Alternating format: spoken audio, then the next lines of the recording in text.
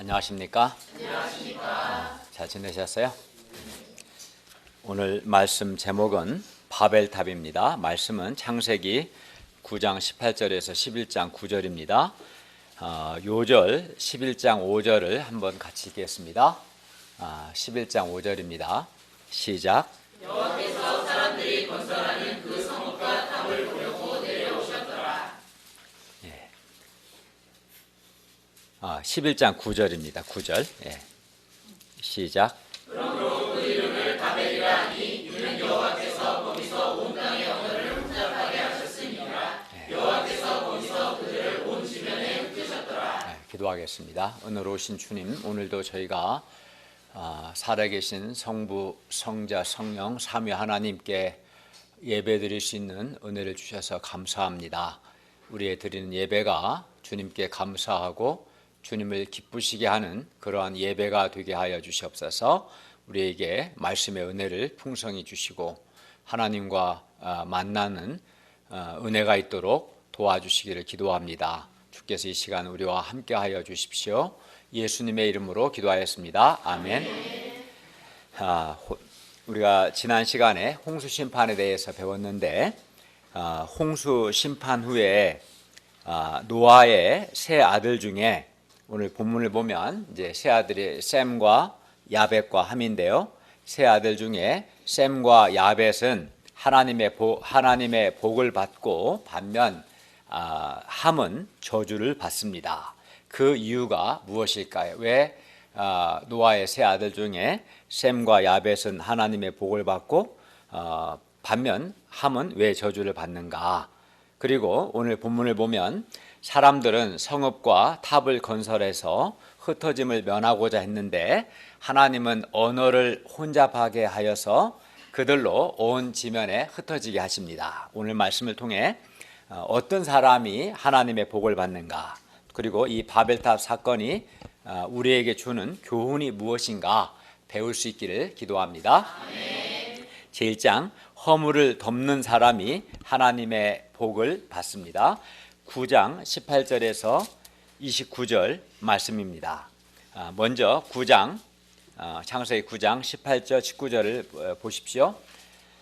방주에서 나온 노아의 아들들은 셈과 함과 야벳이며 함은 가나안의 아버지였습니다.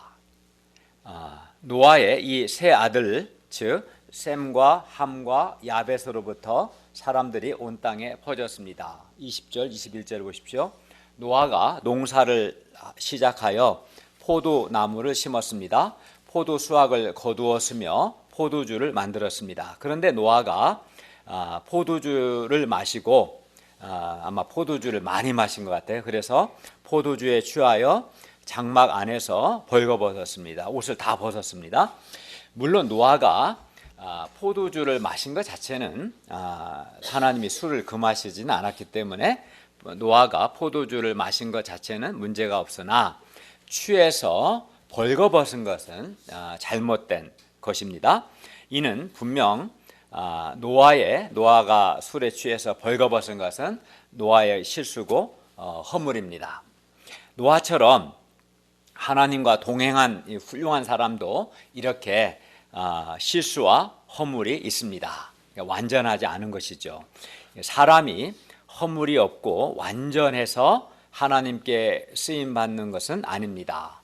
모든 사람은 다 허물이 있고 불완전합니다. 그럼에도 불구하고 다만 하나님의 은혜로 우리가 구원받고 또 하나님의 은혜로 쓰임받습니다. 그러므로 우리가 구원받고 하나님께 쓰임받는 것에 대해서 겸손해야 하고 또 하나님께 감사해야 합니다. 그리고 사람에게 완전을 요구하기보다 서로의 허물을 덮어줘야 합니다. 9장 22절을 보십시오. 가나안의 아버지 함이 그의 아버지의 하체를 보고 밖으로 나가서 그의 두 형제 셈과 야벳에게 이 사실을 알렸습니다. 아버지가 술에 취해서 벌거벗었다고 알렸습니다. 함은 아버지의 허물을 덮어주지 않고 도리어 자기 형제들에게 알린 것입니다. 아마 오늘날로 말한다면 아마 그 함은 아버지의 벗은 몸을 핸드폰으로 사진 찍어서 인터넷에 올린 겁니다. 그렇게 볼 수 있겠죠. 함은 아버지의 허물과 수치를 슬퍼하기보다 도리어 그것을 즐기며 아버지의 허물에 대해서 형제들에게 험담을 했습니다. 아버지의 허물을 드러낸 겁니다. 함의 이러한 행동은 그가 아버지를 사랑하지 않았다는 것을 말해줍니다. 왜냐하면 미움은 다툼을 일으켜도 사랑은 모든 허물을 가리기 때문입니다.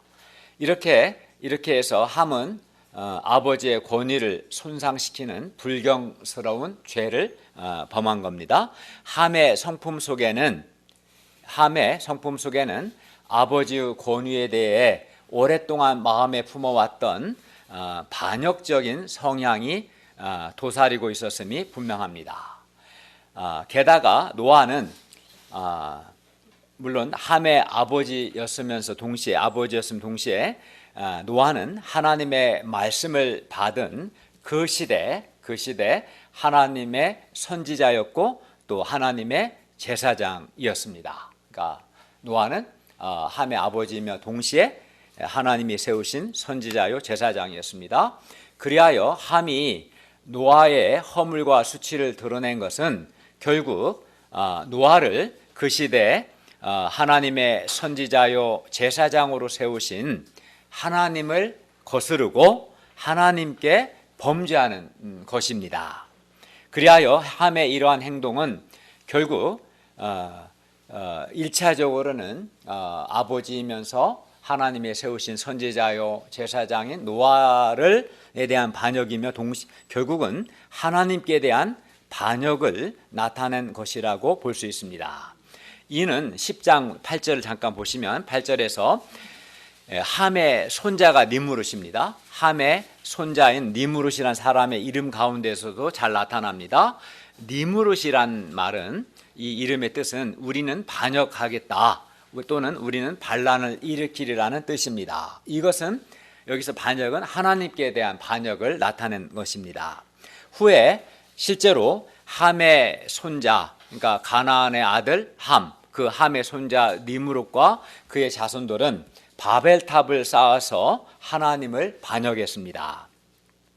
그러니까 함의 이러한 아버지와 하나님에 대한 반역적인 성향이 그의 아들 가나안과 또 그의 니므롯과 후손들에게 계속 영향을 끼쳤다고 볼 수 있겠죠.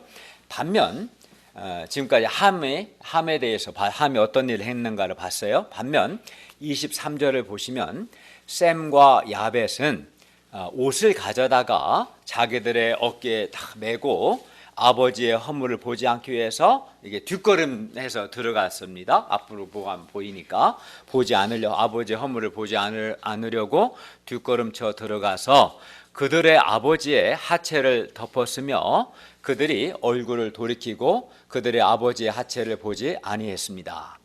셈과 야벳은 아버지의 실수와 허물을 드러내지 않고 도리어 덮어드렸습니다. 셈과 야벳은 아버지를 사랑했고 아버지의 권위를 존중했고 아버지를 하나님이 세우신 하나님의 종으로 존경했고 나아가 그런 아버지를 선지자요 제사장으로 세우신 하나님을 경외했습니다. 24, 25절을 보십시오. 노아가 술이 깨어 그의 작은 아들이 자기에게 행한 일을 알고 이에 말합니다. 가나안은 저주를 받아 그의 형제의 종들의 종이 되기를 원하노라. 노아가 함을 저주하지 않고 함의 아들 가나안을 저주한 것은 창세기가 기록될 당시 가나안과 이제 가나안 정복 전쟁을 앞두고 가나안과 대치하고 있는 이스라엘 백성들에게 가나안의 후손들이 이미 오래전에 하나님께 저주받은 사실을 가르쳐 줄 필요가 있었기 때문에 그렇습니다. 창세기를 처음 읽은 이 사람들은 지금 가나안 사람들과 전쟁을 하기 위해서 대치하고 있는 상황이었던 거죠. 그래서 그리고 너희가 지금 들어갈 이 가나안 이 사람들은 함의 자손으로서 하나님께 저주받은 거고, 너희가 이 땅을 정복하는 것은 하나님의 말씀을 성취하는 것이다. 이걸 이제 가르쳐 주기 위해서 특별히 가나안이라는 이름을 쓴 거예요. 그리고 가나안에 대한 저주는 이스라엘이 가나안을 정복하고 그들을 종으로 삼을 때 이 오늘 이 노아를 통해 주신 하나님의 말씀이 그대로 성취되었어요. 또 셈과 야벳에 대해서는 이렇게 축복했습니다. 셈의 하나님, 26절을 보세요. 셈의 하나님 여호와를 찬송하리로다. 가나안은 셈의 종이 되고 하나님이 야벳을 창대하게 하사 셈의 장막에 거하게 하시고 가나안은 그의 종이 되게 하시기를 원하노라. 셈과 야벳은 노아가 취해서 벌거벗음에도 불구하고 아버지 노아에 대한 경외심을 갖고 옷을 가져다가 자기들의 어깨에 메고 뒷걸음쳐 들어가서 그들의 아버지의 하체를 덮었으며 그들이 얼굴을 돌이키고 아버지의 하체를 보지 않았습니다. 그러니까 셈과 야벳은 한마디로 아버지 노아의 허물과 수치를 덮어 주었습니다. 그리고 이것은 단지 아버지에 대한 존경심을 넘어서 하나님께서 세우신 사람에 대한 경외심을 의미합니다. 그리하여 셈과 야벳은 이렇게 했기 때문에 셈과 야벳은 하나님의 복을 받습니다. 그런데 노아는 왜 셈을 축복하기보다 셈의 하나님 여호와를 찬송했을까요? 물론 셈이 아주 잘한 거죠. 셈은 아주 그렇지만 동시에 셈 편에서는 셈이 잘한 거지만 동시에 셈이 아버지 노아에게 그렇게 할 수 있었던 것은 하나님께서 셈을 도와주셨기 때문이었습니다. 그래서 셈의 하나님을 찬송한 것입니다. 그리고 노아가 셈의 하나님 여호와를 찬송한 것은 결국은 셈을 축복한 겁니다. 왜냐하면 하나님께서 이제부터 셈과 인격적인 관계를 맺고 셈의 하나님이 되어주시기 때문입니다. 그러니까 셈의 하나님 된단 말은 이제 어떤 아이가 있다면 고환이 있다면 어떤 아이를 입양을 하면 내가 지금부터 너의 아버지가 되겠다 한다면 그 아이의 보호자가 되고 그를 양육하고 그를 사랑하고 그를 도와주는 그런 관계가 맺어지는 거잖아요. 그처럼 셈의 하나님이 된단 말은 이제부터 하나님께서 셈을 지키시고 셈을 보호해 주시고 셈을 도와주시고 셈을 선하게 인도하시는 그 셈의 하나님이 되어주시겠다, 그런 의미입니다. 그리고 노아의 허물을 덮어주는 이 일을 주도한 사람은 아마도 셈이었을 것이고 야벳은 셈과 협력을 했기 때문에 노아는 나중에 이 사실을 알고 셈의 하나님을 찬송했을 겁니다. 야벳은 셈의 장막에 거함으로 이 셈의 축복에 참여하게 됩니다. 셈에 대한 축복은 셈의 후손종 가깝게는 아브라함이 나오고 또 다윗이 나오고 후에 예수 그리스도가 오셔서 세상 만민이 복을 받게 됨으로써 성취되었습니다. 한편 가나안 족속 역시 이제 저주를 받았지만 가나안 족속 역시 종의 신분이긴 하지만 그래도 종의 신분으로라도 셈의 장막에 거할 것이기 때문에 하나님의 구원의 은혜에서 완전히 배제되는 것은 아닙니다. 그 대표적인 예가 가나안 족속이었던 라합입니다. 라합은 가나안 자손입니다. 그러나 그가 여호와 하나님을 믿고 그는 구원을 받았습니다. 이게 구원에서 배제되는 것을 의미하는 것은 아닙니다. 그런데 셈과 야벳에 대한 이 축복 선언과 함께 함에 대한 저주 선언은 너무 노아가 감정적이고 너무 자의적인 것은 아닌가라고 생각할 수도 있습니다. 그렇죠. 좀 인간적인 관점에서 보면 노아가 술에 취해서 벌거벗은 것은 노아가 실수한 것이고 노아의 허물이고 또 노아가 함에게 원인 제공한 것이 한 것 아닌가라고 아마 생각할 수도 있습니다. 그럼에도 불구하고 노아가 선언한 이 축복과 이 저주가 정확하게 하나님에 의해서 실현되었어요. 그리고 이는 무엇을 의미하냐면 노아의 축복과 저주 선언이, 그러니까 셈과 야벳을 축복하고 함을 저주한 이 선언이 단순한 노아의 어떤 개인 감정의 표현이 아니라 하나님의 뜻을 알게 하는, 즉 셈과 야벳과 함에 대한 하나님의 평가를 알게 하는, 알리는 예언적인 성격이었음을 알 수 있습니다. 그러니까 감정도 말한 게 아니라 평소 셈과 야벳에 대한 하나님의 평가, 또 함에 대한 하나님의 평가를 알게 하는 예언이란 말, 하나님의 뜻을 알린다는 의미인데 예언적인 성격이었다는 것을 의미하는 거예요. 그러니까 아마도 노아가 함을 저주하였다는 것은 노아가 평소 함의, 이번 한 번이 아니겠죠, 함의 행동에서 하나님과 하나님이 세우신 질서를 반역하는 성향을 발견했을 것입니다. 반면 셈과 야벳의 행동에서는 노아가 평소 셈과 야벳에 대한 그러니까 셈과 야벳의 어떤 하나님과 하나님이 세우신 종에 대한 자세, 또 셈과 야벳에 대한 하나님의 긍정적인 평가를 읽었기 때문에 하나님의 뜻을 반영하는 형태로서 셈과 야벳을 축복하고 또 하나님의 뜻을 반영하는 형태로 함을 저주한 것입니다.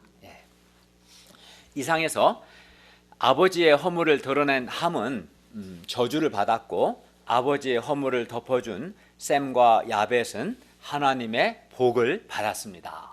사실 생각해 보면 함이 가장 먼저 아버지의 허물을 알게 되었기 때문에, 우연히 알게 된 거지만 가장 먼저 알게 되었기 때문에 아버지의 허물을 덮어줌으로써 함이 가장 먼저 하나님의 복을 받을 수도 있었습니다.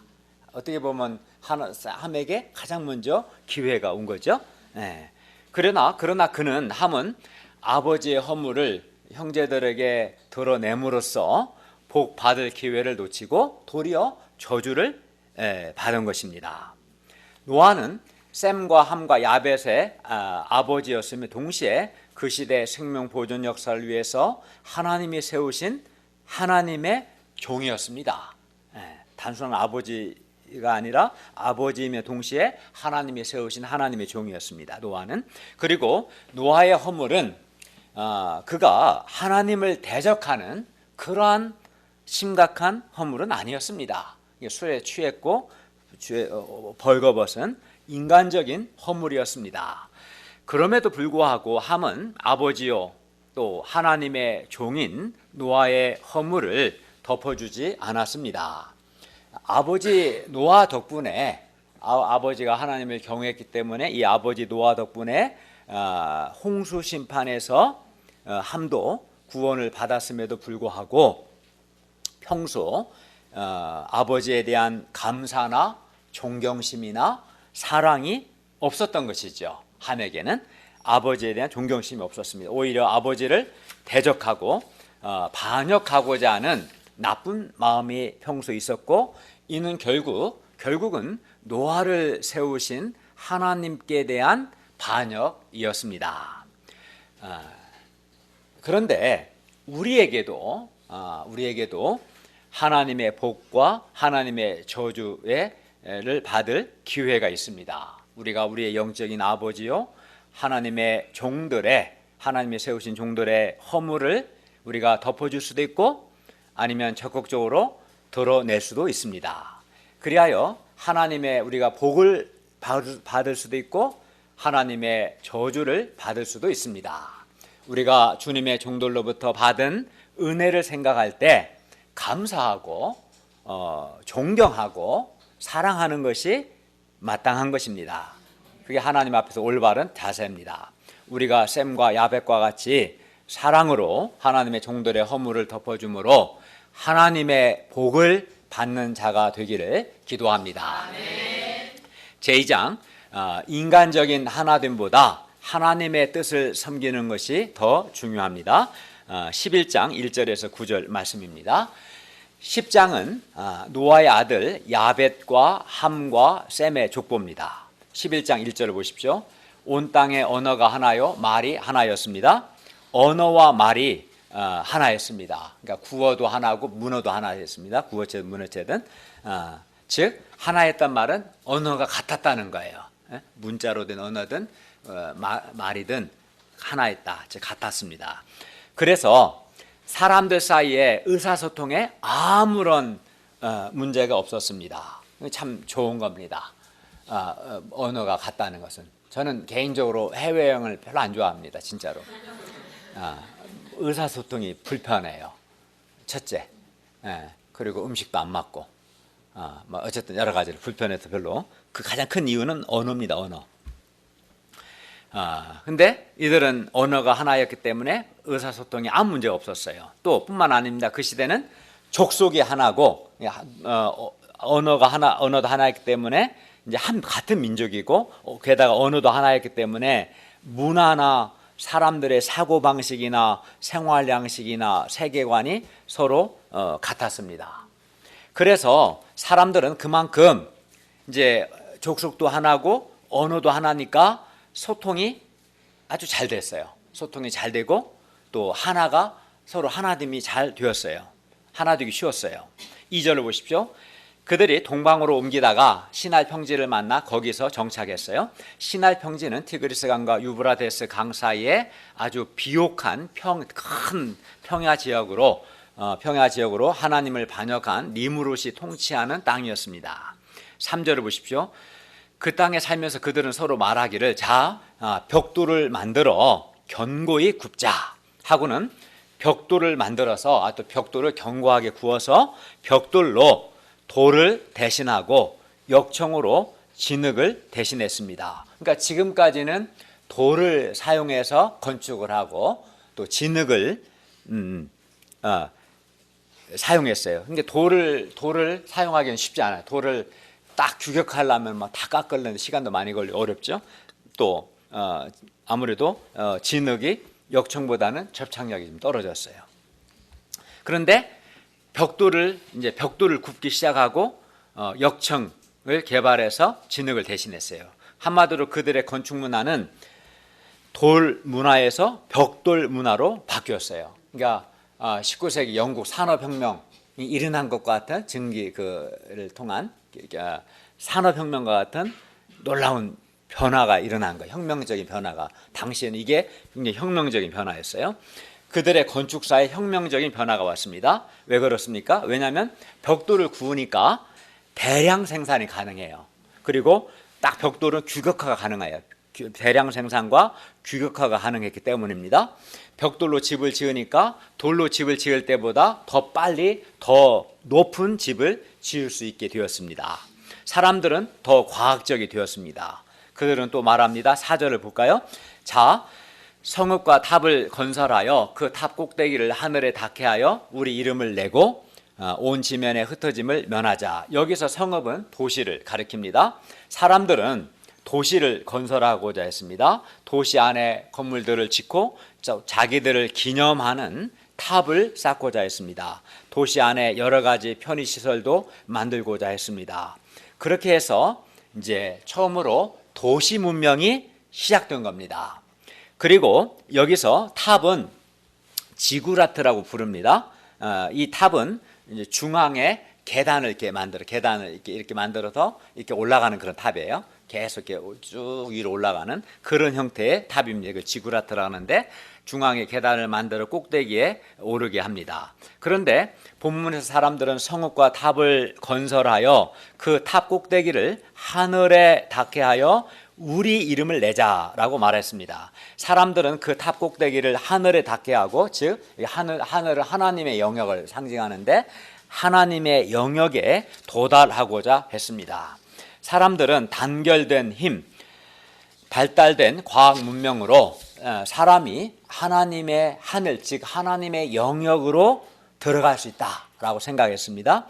오늘날에도 사람들은 유전자 조작이나 복제 기술 등을 통해서 사람까지도 복제해서 하나님의 영역에까지 도달하려고 합니다. 생명은 사실 하나님이 창조주고 하나님의 영역인데 얼마든지 과학 문명을 통해 과학을 통해서 이 하나님의 영역에까지 도달하려고 합니다. 그런데 사람들이 그 탑 꼭대기를 하늘에 닿게 하고자 한 것은 그 하나님의 이름이 아니라 그들의 이름을 내고 온 지면에 흩어짐을 면하기 위해서였습니다. 사람들은 하나님의 이름을 드러내고 높이기보다 자기 이름을 드러내고 자기 이름을 높이고자 했습니다. 그리고 이는 교만입니다. 오늘날에도 사람들은 높은 고층 건물을 랜드마크로 짓고 이게 누구 건물인가? 사람의 이름을 내고 사람의 영광을 추구하려고 하는 겁니다.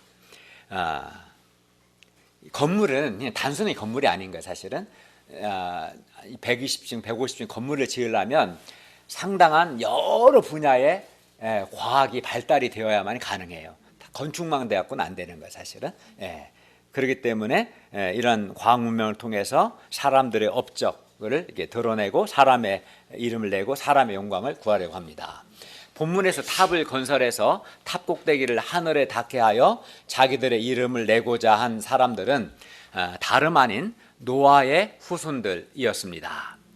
노아의 후손들 마음에도 자기들의 이름을 내고 하늘에 닿고자 하는 교만이 있었고 또 하나님을 대적하려는 악한 마음이 있었습니다.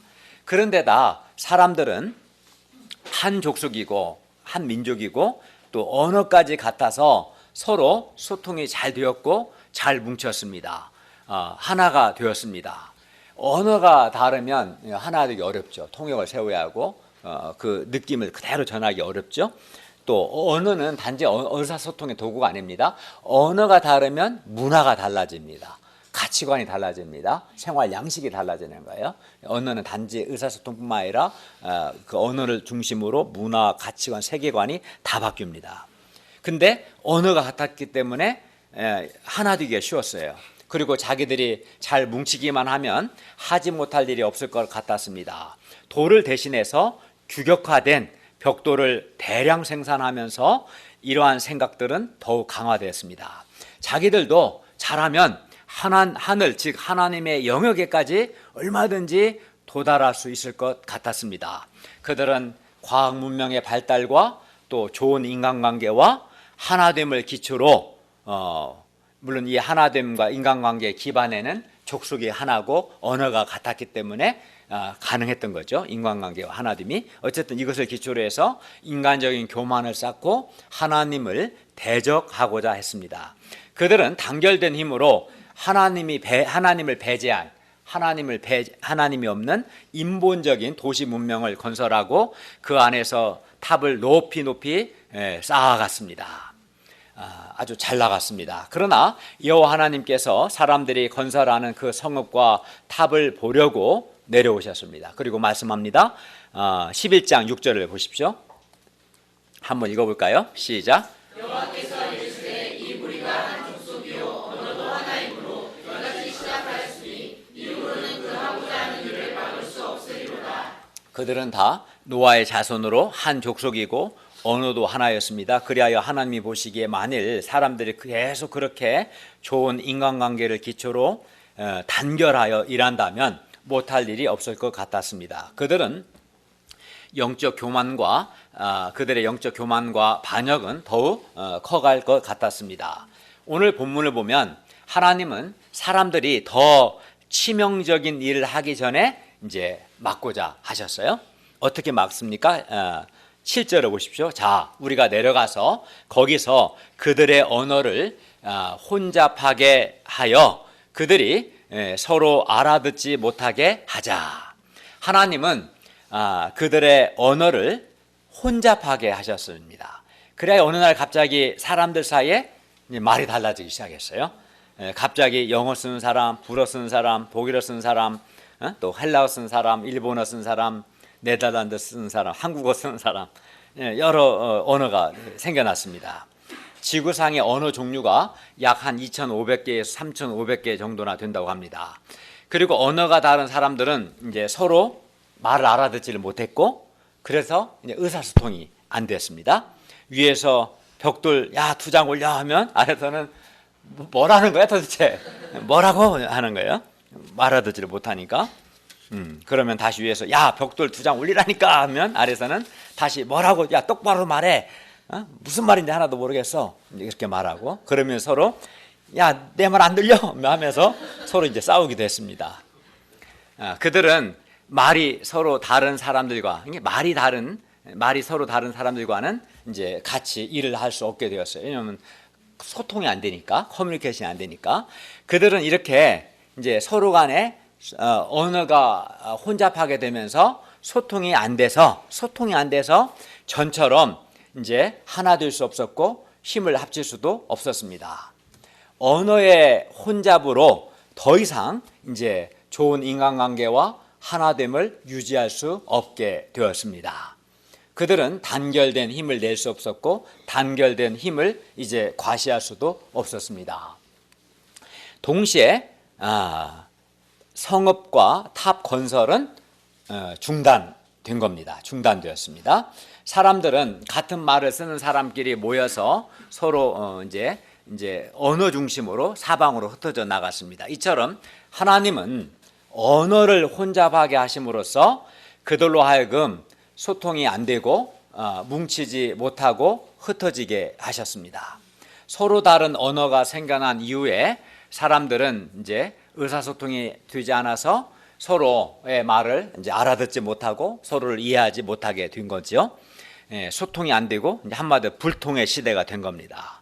그리고 언어별로 서로 다른 생활 양식과 문화와 가치관을 형성하게 되었고, 그래야 이제 언어가 달라지면서 서로에 대해서 이해하기보다는 오해와 갈등이 더욱더 많아지기 시작했습니다.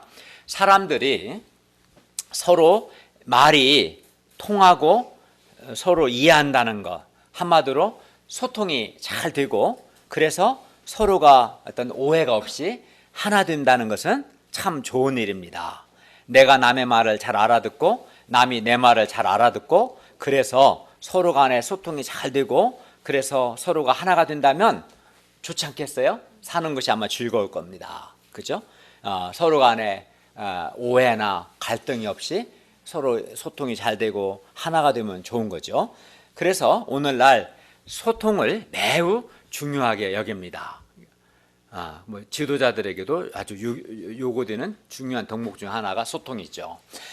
그러나 사람들이 서로 남의 말을 알아듣지 못하고 이해하지 못하기 때문에 이제 가정에서든 직장에서든 이제 소통이 안 되고 하나 되지 못해서 많은 어려움들이 생겨납니다. 그리고 이제 서로가 말이 안 통한다. 제 사람하고는 서로가 서로 그래요. 말이 안 통한다. 제가 도대체 말이 안 통한다. 한국말을 쓰는데도 어떻게 말이 안 통할 수 있냐. 그렇게 말하죠. 그리고 그러면서 서로 간에 이제 오해와 갈등이 생기게 되고, 그러면 그럴수록 더욱더 하나 되지 못하고 대신 이제 분열하게 됩니다. 부모 자녀 간에도, 부모 자식 간에도 서로 말이 통하지 않아서 피차에 어려움을 겪는 경우가 많습니다. 그래서 그나마 좀 말이 통하는 친구를 찾게 되는 거죠. 같은 친구들은 조금 더 말이 통하니까. 또는 세대 간에도 젊은 세대든 노인 세대든 세대 간에도 말이 통하지 않아서 아마 그 경우는 서로 가치관이 많이 달라서 그럴 겁니다. 경험이 다르고 가치관이 다르면 안 통하죠. 그래서 세대 간의 격차가 더욱 커지게 됩니다.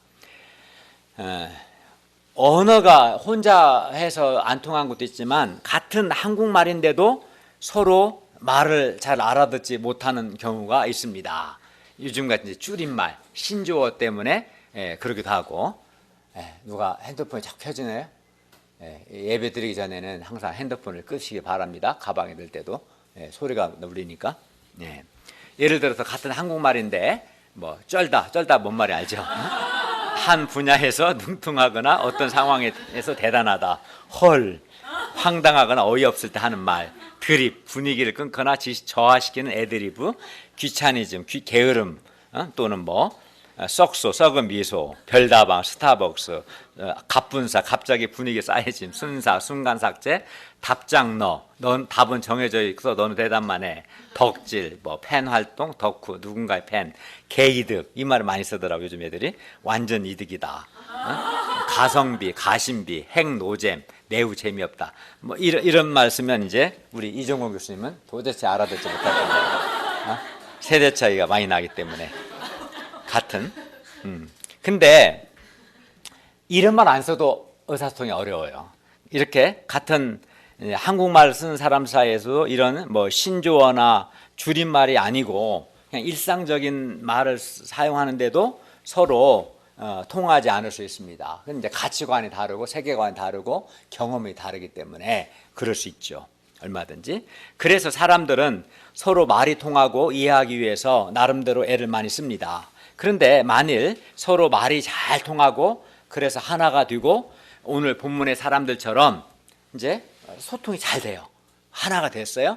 그래서 하나님을 대적한다면 하나님은 그것을 기뻐하지 않습니다. 그런 소통, 그러한 하나됨을 결코 기뻐하지 않습니다.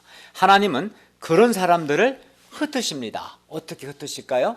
언어를 바꾸기는 힘드니까 둘 사이에 여러 가지 갈등을 놓습니다. 그래서 하나 되지 않고 흩어지게 하십니다. 8절을 보십시오. 여호와께서 거기서 그들을 온 지면에 흩으셨으므로 그들이 그 도시를 건설하기를 그쳤더라. 9절을 보십시오. 그러므로 그 이름을 바벨이라 하니 이는 여호와께서 거기서 온 땅의 언어를 혼잡하게 하셨습니다.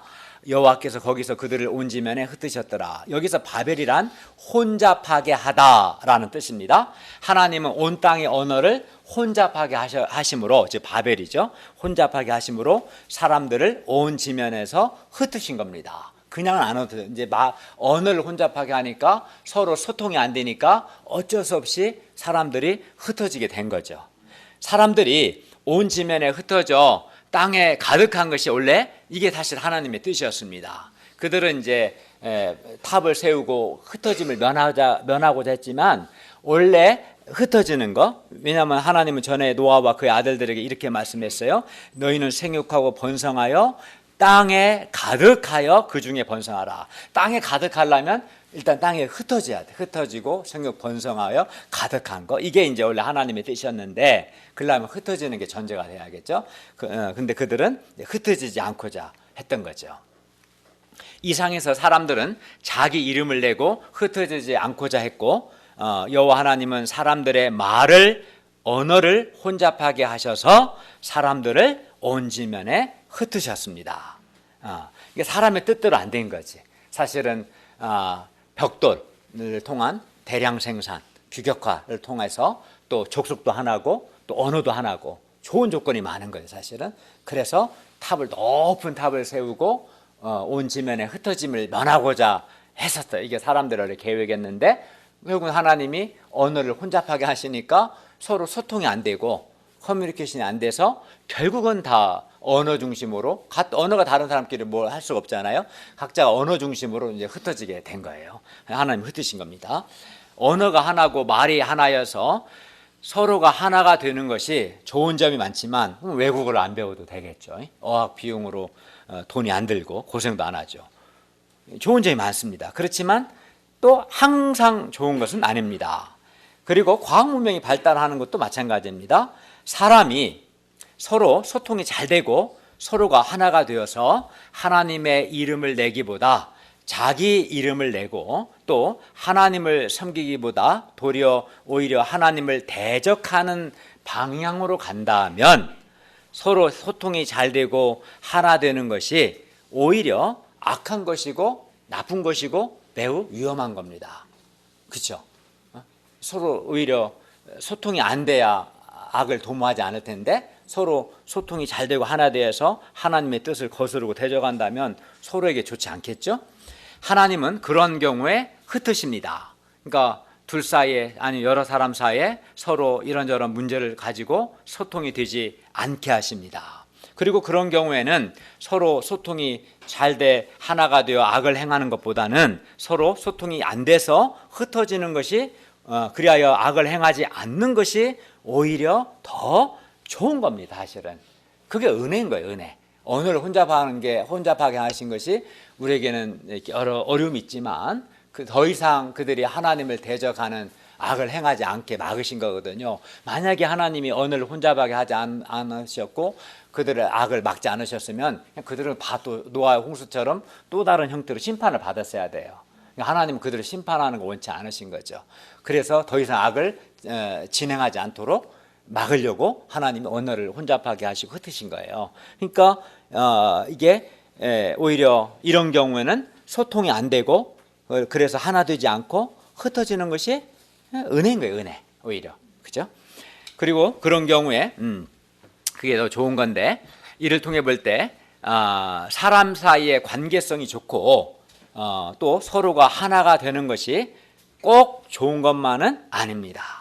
인간적으로 서로가 친하고 서로 이렇게 하나 되는 것이 꼭 좋은 것만 아닙니다. 그게 친구 사이든 부부 사이든 어떤 관계든 간에 하나님의 살아계신 하나님의 이름을 내고 하나님의 뜻을 섬기는 것이 좋은 것입니다. 사람이 서로 소통이 잘 돼서 서로 관계가 좋고 또 서로가 하나가 되어서 자기들의 이름 하나님의 이름이 아닌 자기들의 이름을 내고 하나님을 대적한다면 그것은 악한 것이고 결국 거기에는 하나님의 심판이 수반될 겁니다. 물론 하나님의 이름을 내고 하나님의 뜻을 섬기기 위해서 서로 소통이 잘 되고 좋은 관계를 맺고 또 서로가 하나 되는 것은 매우 좋은 것이죠. 그러한 소통과 그러한 하나됨은 아주 좋은 것입니다. 예수님께서도 요한복음 17장 11절에서 이렇게 기도하셨습니다. 거룩하신 아버지여 내게 주신 아버지의 이름으로 그들을 보존하사 우리와 같이 그들도 하나가 되게 하옵소서. 하나가 되는 것, 하나님의 뜻 안에서 하나가 되는 것은 좋은 것이고 예수님의 기도 제목이었어요. 우리 교회 공동체가 예수님 안에서 하나님 안에서 하나님의 뜻 안에서 하나가 되는 것이 하나님의 뜻입니다. 실제로 우리는 하나가 되어서 지금까지 캠퍼스 복음 역사를 잘 섬겼습니다. 부부 사이에도 하나가 되는 것은 좋은 겁니다. 서로 사랑하고 하나 돼야죠, 부부가. 그러나 남편과 아내가 하나가 되어서 하나님의 이름을 내기보다는 자신들의 이름을 내고 인간적이고 소시민적인 삶을 살고 하나님의 뜻을 섬기지 않는다면 그것은 하나님이 보시기에 매우 악한 것이고 그들에게 매우 위험한 것입니다. 차라리 소통이 안 되는 게 좋습니다. 그들에게는. 그리고 사람이 뭉치는 것이 무조건 좋은 것이거나 흩어지는 것이 무조건 나쁜 것은 아닙니다. 사람이 자기의 이름을 내고 하나님을 대적하기 위해서 뭉치고 하나 되는 것은 오히려 나쁜 것입니다. 반면 하나님의 뜻을 섬기기 위해서 흩어지는 것은 오히려 좋은 것입니다. 그러므로 무조건 뭉치한다거나 무조건 흩어져서는 안 된다거나 이렇게 말할 수는 없는 겁니다. 사도행전 2장에 나오는 초대 예루살렘 교회는 모두 한 마음이 되어 모든 물건을 서로 통용하고 재산과 소유를 팔아서 각 사람의 필요를 따라 서로 나눠주고 날마다 마음을 같이하여 성전에 모이기를 힘쓰고 집에서 떡을 떼며 기쁨과 순전한 마음으로 음식을 먹었습니다. 예루살렘 교회 신자들은 서로 사이가 아주 좋았습니다. 너무나 좋았습니다. 정말 지상에 있는 가장 이상적인 신앙 공동체의 모습이었습니다. 그런데 그들은 그것을 즐기기만 했습니다. 그리고 거기에 푹 빠져 있었습니다. 하나님께서는 그런 그들에게 사울 곧 바울을 통해서 큰 핍박, 박해를 받게 하시고 그들로 하여금 박해 때문에 사방으로 흩어지게 하셨어요. 그리하여 그날의 사도 외에는 다 유대와 사마리아와 모든 땅으로 다 흩어져 버렸습니다. 그리고 그 흩어진 사람들이 두루 다니며 예수 그리스도의 복음의 말씀을 전했습니다. 흩어진 신자들은 소아시아 여러 나라들을 거쳐 유럽 여러 나라에까지 흩어져서 예수 그리스도의 복음을 전했습니다. 그리하여 그들로 인해서 사마리아에도 안디옥에도 로마에도 복음이 전해졌습니다. 흩어짐을 통해서 복음 전파라는 하나님의 뜻이 이루어진 겁니다. 잘 된 거죠. 하나님은 흩어짐을 통해서 세계 복음화라는 하나님의 뜻을 이루고 계셨던 것입니다. 그러므로 흩어지는 것이 꼭 나쁜 것도 아닌 겁니다. 그러니까 하나님의 뜻을 중심으로 생각해야 하는 거예요. 그러면 우리는 어떻게 합니까? 우리가 하나님의 이름을 내고 하나님의 뜻을 섬기기 위해서 서로 소통을 잘하고 서로 하나가 되어야 합니다. 그렇게 하나 되는 것은 좋은 것이고 꼭 하나가 되어야 합니다. 그리고 우리는 복음을 전파하고 하나님의 뜻을 섬기기 위해서 세상 구석구석 흩어져야 합니다. 흩어져서 복음을 전해야 합니다. 많은 분들이 우리 교회에 대해서 말씀이 풍성하고 은혜와 진리가 있는 건강한 공동체라고 좋아합니다. 그런데 우리가 여기에 안주하면 안 됩니다. 중앙대 구석구석, 숙대 구석구석 흩어져서 복음을 전해야 합니다. 그게 하나님의 뜻입니다. 더 나아가 중앙대, 숙대 캠퍼스뿐만 아니라 세계 캠퍼스로 흩어져서 복음을 전해야 합니다. 그리하여 우리는 이렇게 하나님의 이름을 내고 하나님의 뜻을 섬기기 위해서 소통을 잘하고 하나가 되어야 하고 동시에 흩어져야 합니다. 그러니까 정말 하나님의 뜻을 섬기기 위해서 소통도 잘하고 하나 되기도 하고 하나님의 뜻을 섬기기 위해서 흩어져서 구석구석 복음을 전하는 이것이 옳은 것입니다. 하나님의 뜻을 섬기기 위해서 소통을 잘해 하나가 되어야 하고 하나님의 뜻을 섬기기 위해서 흩어져야 하는 것이죠. 노아의 후손들은 한 족속 같은 언어를 중심으로 하나가 되었지만 하나님이 없는 인본주의였기 때문에 하나님은 언어를 혼잡하게 하심으로 사람들을 온 지면에 흩으셨습니다. 우리는 많은 인간관계 속에서 살고 있습니다. 가정 안에서나 직장에서 학교에서나 많은 인간관계를 맺고 또 인간관계가 좋을 때는 좋은데 관계가 안 좋을 때는 막 서로 상처받고 여러 가지 어려움이 많습니다. 우리는 한마디로 많은 관계 속에서 살고 있어요. 가족관계, 친구관계가 있고 직장에서도 학교에서도 여러 관계가 있습니다. 많은 사람들이 보면 일도 힘들지만 인간관계가 제일 힘들다 이런 말을 많이 합니다. 그리고 그만큼 어떤 점에서 이러한 인간관계들은 중요합니다. 그러나 인간관계가 중요하지만 그러나 좋은 인간관계, 좋은 인간관계 뭡니까? 소통을 서로 잘하고 서로 하나 되는 게 좋은 인간관계를 할 수 있겠죠. 그러나 좋은 인간관계보다 더 중요한 것은 하나님과의 관계이고 또 우리에게 두신 하나님의 뜻을 섬기는 것입니다. 사람과는 소통을 잘하고 사람과 하나가 되긴 하는데 하나님과의 관계가 안 좋아요. 거기에는 생명도 없고 은혜도 없습니다. 기쁨도 없어요. 그렇게 되면 또 사람들끼리는 소통을 잘 하나 되어서 자기들이 원하는 것을 잘 하는데 하나님의 뜻은 섬기지 않습니다. 그것도 옳은 거 아니죠. 그래서 좋은 인간관계보다 더 중요한 것은 하나님과의 관계고 우리에게 두신 하나님의 뜻을 우리가 섬기는 것입니다. 그러므로 우리가 인간관계 자체에 너무 매이지 말고 인간관계를 중심으로 생각하려고 하기보다는 하나님의 이름을 내고 또 나에게 두신 하나님의 뜻을 섬기기 위해서 때로 필요하면 소통하고 하나 되고 또 하나님의 뜻을 섬기기 위해서 필요하면 흩어지기도 하고 관계를 맺지 않고 흩어지기도 하고 그래서 하나님 안에서 하나님의 뜻 안에서 하나가 되고 흩어져 복음을 전할 수 있기를 기도합니다.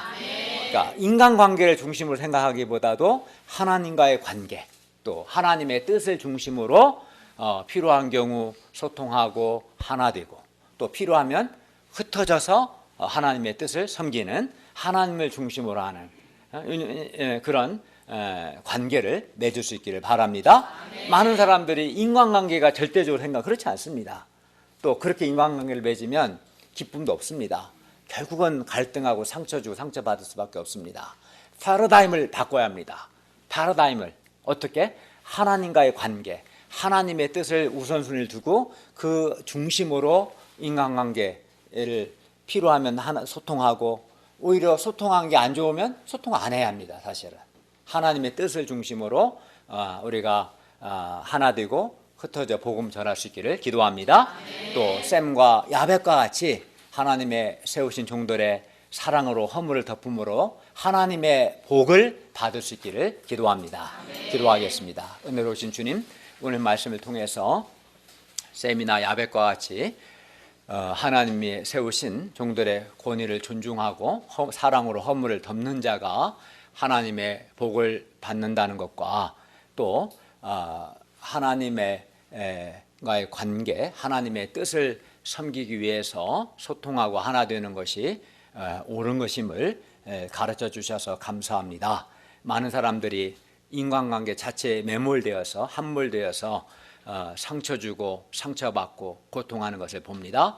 이제부터 우리가 하나님과의 관계, 하나님의 뜻 안에서 하나님의 뜻을 섬기기 위해서 서로 소통하고 하나 되고 필요하다면 흩어지는 그러한 흩어져 복음을 전하는 그러한 삶을 살 수 있도록 도와주십시오. 예수님의 이름으로 기도하였습니다. 아멘.